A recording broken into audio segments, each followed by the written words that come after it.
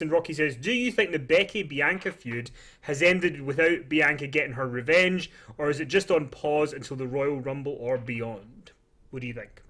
Well, I've been giving this a lot of thought, and that is the conclusion that I have come to as well, is that I feel like they have to go back to it because they cannot leave it as it is.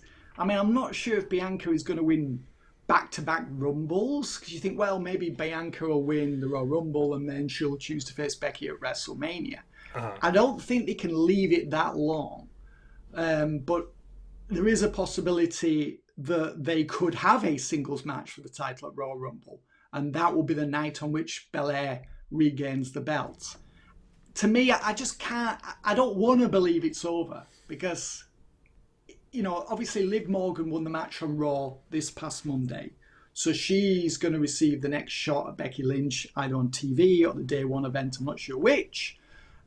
I don't think anyone believes that Liv Morgan is going to dethrone Becky Lynch, and nor should she. It would be too soon for her. So it feels to me like this is a story or feud just to keep Becky Lynch occupied until they come up with another reason for Bianca to face Lynch again. So certainly with the way that the match was laid out on Raw Monday, Bianca was the favourite.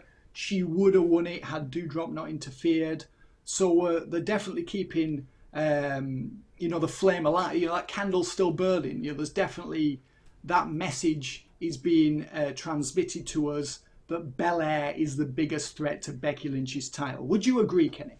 Yeah, I would. I do want to say thanks to Cats and Bourbon for the cheers. Thank you very much. I think that, I do think it's on pause. I think part of the issue is that back in the day, everything was so hot that everything could happen every month and there was always more stuff to go to. And I think because WWE haven't quite got all the ducks in a row that they want for certain divisions, and that's what they're trying to do with NXT 2.0 now, is to have loads of people ready and stuff.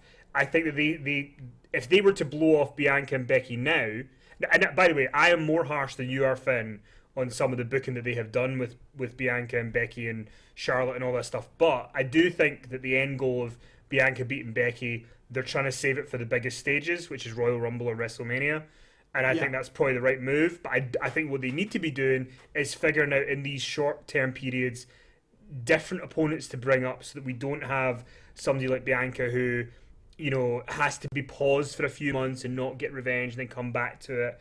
I think there's probably better ways to do it. But that's why you have people that do drop turn heel and you do different things and get more people hot. But I think it's important that they get people hot and keep them hot. You know, I mean, look at Kane, for example. Kane in like 1997 to 2001, he was always ready to be in the main event at all times. Even if he was in the mid-card, you could put him in a 1 month program with the champ or whatever, and he felt like he belonged. So I think if they could get some people like that again, I think that would help with making the pauses that Bianca's got feel a little bit smoother, if that makes any sense. Yes, absolutely. I agree.